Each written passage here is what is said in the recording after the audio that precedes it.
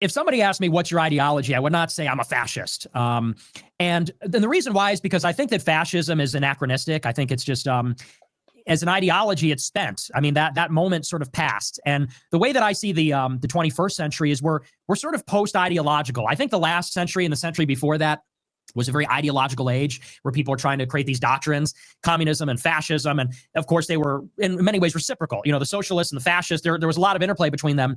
And I think we're just kind of past that. So I wouldn't call myself any kind of ism, like I'm a fascist, I'm a socialist. I think that obfuscates at this point more than it elucidates.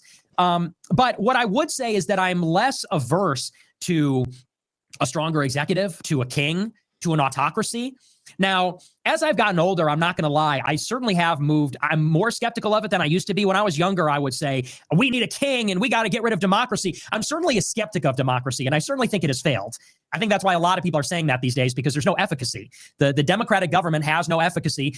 And what's more, there's this like democratic deficit. It's so funny. In the European Union, which is supposed to be all about our sacred democracy, there is no democracy. The European Congress, the European Parliament is not democratic at all. Like, they can't even create their own bills. Everything that comes through the European Parliament comes from the European Commission, which is unelected. And they describe that as a democratic deficit. I would call that like an oligarchy. I would call that a bureaucratic state, not a democratic deficit. So there's this question of, our government has no efficacy, and it's not responsive to the needs or the wants of the people. So it's not really a democracy, and it also isn't working. So what do you do in that situation? Well, people start to say, and this is, you know, as you know, this is the natural evolution of things.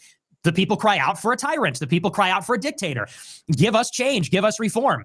And I certainly feel that. I think that's compelling. I'm a little skeptical of it as time goes on, because as I get older and more mature, I think we maybe take for granted the institutions that we've built up. And maybe I've become ironically more conservative in my disposition and saying, like, maybe let's not race ahead of ourselves and get rid of things which have been around for hundreds of years. But certainly, I think when you look at somebody like Trump, this is a guy who has received 2 strong mandates for real change and has not been able to deliver because of the bureaucracy, because of the courts, because of the Congress. So, you know, I hear what you're saying when you say the constitutional system's going away. I would argue the constitutional system is already impaired because it's being abused by all the other organs of government. You know, even the Supreme Court voted 8-1 that said these injunctions are out of control. And you've got these like procedural things in the Senate, the filibuster. The president can't fire as many people as he'd like to fire without all this oversight. It's like, you know, we do need an executive organ of government. So I would say that we should start with a more powerful president. And I would not be opposed to, you know, something like a king that sits over the presidency. I would not be opposed to